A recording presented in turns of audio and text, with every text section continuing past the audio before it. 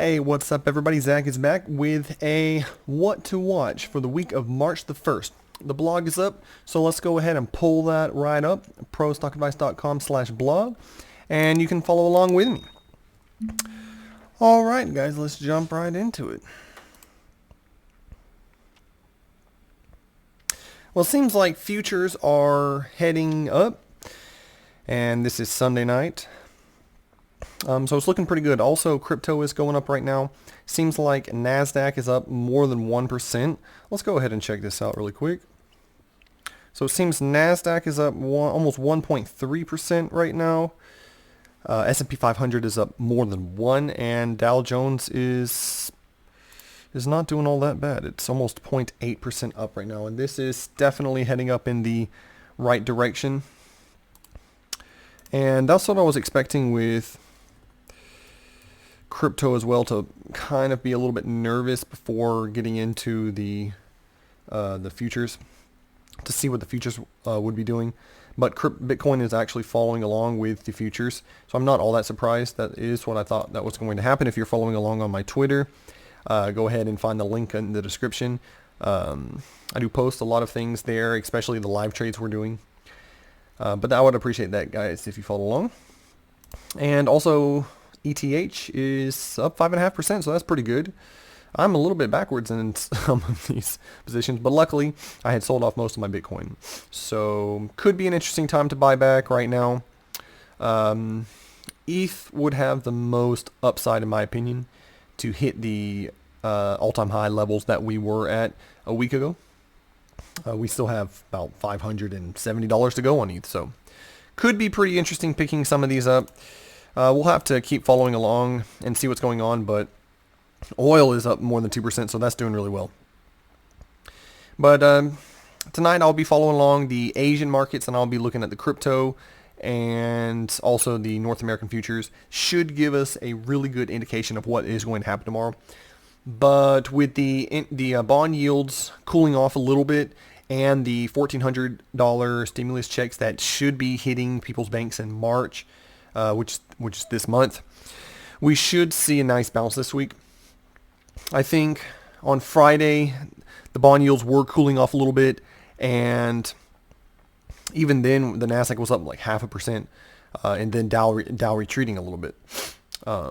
So most important for myself, I will be looking towards tech and NASDAQ and semiconductors. Should be a good week.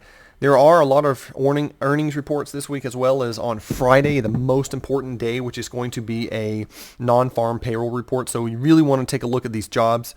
The jobs report that's coming out on Friday, that is going to be interesting. Even if we hit all the earnings right this week and stocks are on the up and up, we could see another sell-off on Friday. So we're going to keep looking at that. We're going to follow along really closely. But in the meantime, I'm going to go ahead and dollar cost average in my longer term positions. Some more ARCs. Could do some semiconductor plays like the MP that we were talking about last week. So we're going to take a look at that on the live streams that we're doing.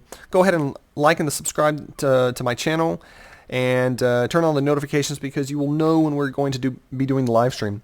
Also, you could join the Discord, link in the description, and I will send an at everyone when we are live streaming. If you guys want to join along, I'd really appreciate that. But anyways, the first earnings report that's going to be coming out is on lemonade. So you guys that are following along, you guys know I love me some lemonade. I'm probably would consider myself a lifelong customer at this point. It was a really amazing experience.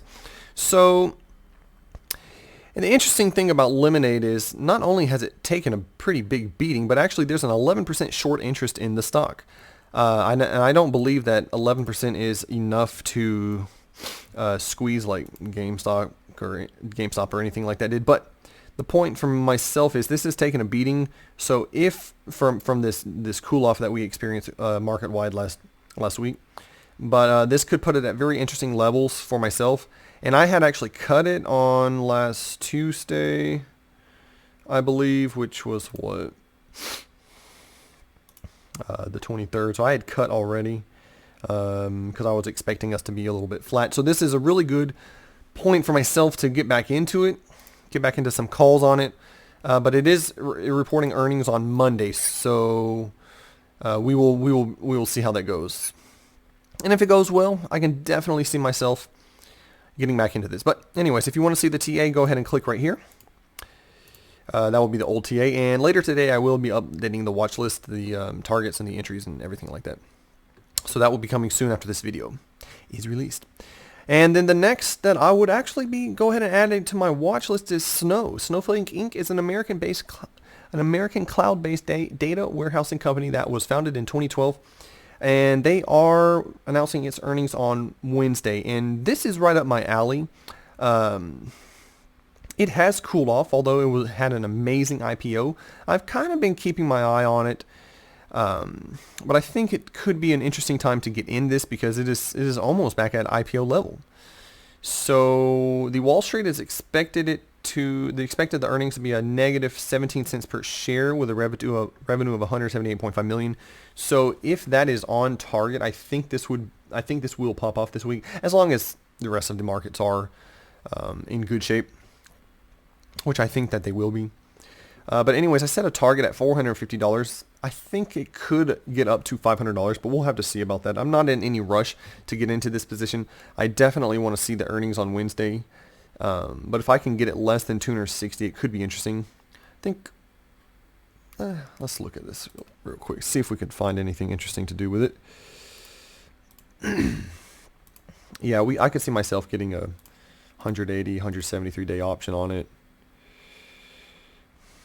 Maybe 265. The break even is around 307. It could be interesting. Or 301 break even. Yeah, I can see myself doing it right around at the money on something like this. And I think it could pay. Overall, this is going to be a really good company, and it's always been on the up and ups since 2012, and it just IPO'd not too long ago, and still it has a really bright future in my opinion. So this is definitely something that I'm going to be watching really closely. And moving on to a recovery play that I find really interesting is Costco. Costco has taken a beating. Recently, it's come off its high at 388, and I think this also could be a really good play. It is poised to do really well post-pandemic, once people are out and moving around, going to the supermarkets, and it is actually trading lower than the 180 days. So let's go ahead and take a look at this really quick. So I see myself doing more of a mid to long-term play on this one. It is below the 180 MA. I set a target at $400. I don't think that's going to be all that high, and a lot of the analysts have Costco even a little bit higher than $400. But personally, I think it could hit $400 in a few months, within the end of this year. And like I said, it came off the high of 388, below the 180 day. So I think this is an interesting pickup. The earnings is coming out on Thursday, and it is expected to be pretty well as the economy is opening up, and the stay-at-home orders are kind of lifting in most places. So this could be really interesting. I'd cut probably around 320. As for me, I would probably save my money and just go into some a little bit longer call options.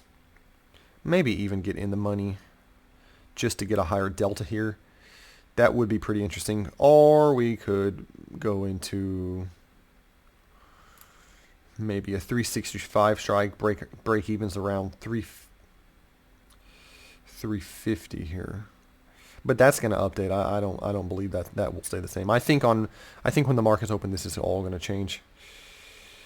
Yeah, the break even's 380, almost 400 here. Yeah, I think 380 could be interesting for myself, around 365 strike. But anyways, we'll take a look at that later.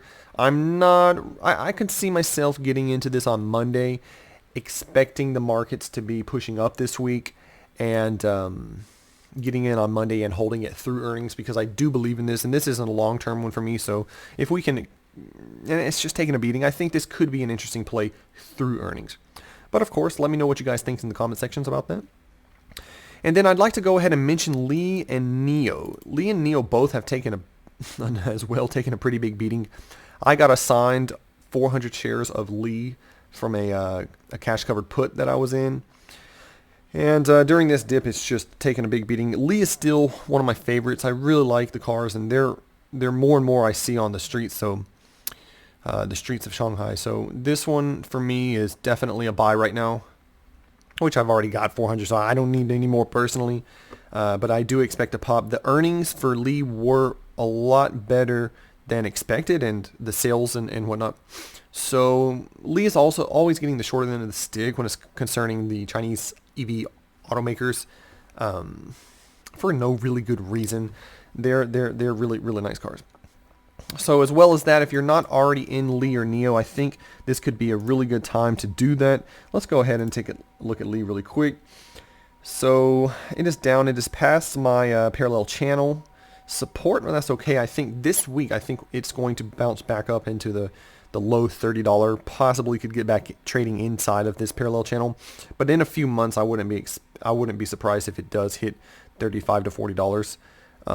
So as for Lee, this is a pretty good time to be in it, in my opinion. Although the super trend did flip red, so you could hold off on that. But for me, there is no holding off. I am definitely going to be in this one, as well as Neo. If you think Neo is just more hype, the after hours, we're looking pretty good for Neo. So if you think Neo is more hype, you could just go ahead and get into this.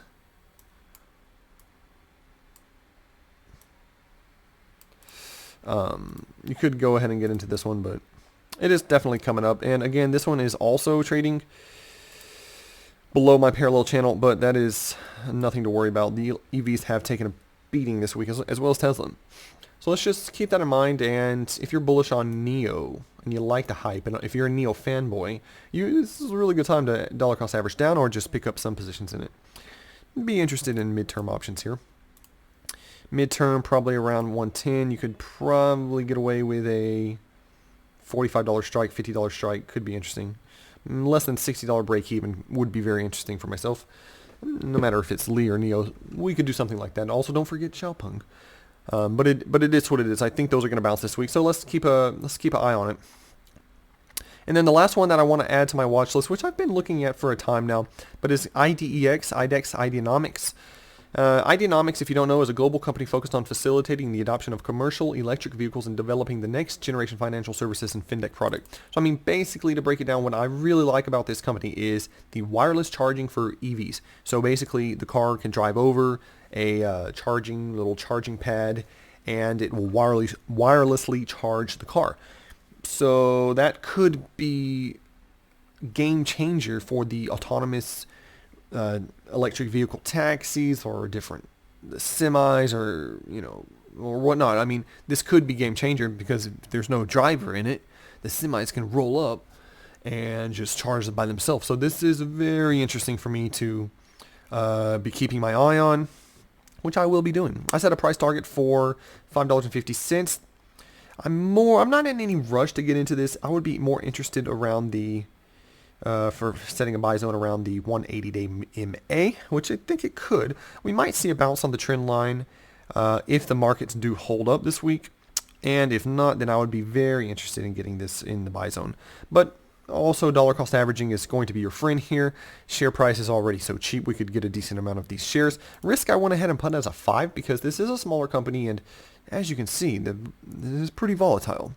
But the MACD is looking good to buy, and if it goes around the 180-day, I think that's a very strong support that I would be comfortable sinking a decent amount of money into this, or even picking up some options too here. But they should be very cheap.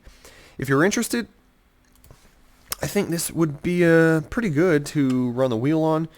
Let's just go ahead and take a look at it, and needs to go on my watch list. But the volatility, the IV is 200. Over 200%, so this could be very interesting. I mean, you could get 100 shares for only $325. I mean, you could be making 20 to 40 selling covered calls on it, only 19 days out. So this is a pretty interesting one if you want to get into it, running the wheel strategy, if you're overall bullish on this, which I am. But again, I wouldn't mind waiting. Of course, selling some puts could be interesting now that I think about it. Let's check it out. So we could sell some puts at $3 strike, 36 cents. We could get it sub 3, lower our cost basis to sub $300, sub $3, as well as the 3.5 could be a little bit more interesting. But I don't know how I feel about that. I think it's about to pop this week, but hopefully it doesn't. Hopefully it does go down to the 180 MA. But anyways, guys, I have taken enough of your time already. So keep in mind the risk is out of a scale of 1 to 5. 1 is the lowest, 5 is the highest. 5 is be careful, don't put so much of your money into it. It's the risky. 1 is feel more comfortable to put more money into these positions. But anyways, guys, go ahead and follow me on Twitter. Follow me on YouTube, IG. I post more personal things. Don't forget, we do have a Discord. So guys, if you are already on Discord, go ahead and join. The link is in the description for the Discord, but I have the VIP section of the Discord, which I prioritize answering any and all questions there, as well as we have a cryptocurrency section and some really cool things. So guys, I do appreciate it. And don't forget, guys, I do the one-on-one, and that's the only thing I can get out of this. So if I'm talking too fast and you don't really understand, or if you want me to go over your portfolio and give you my opinion, go ahead and hit me up on the contact section of my website. And anyways, guys, I'll see you on the other side. Peace.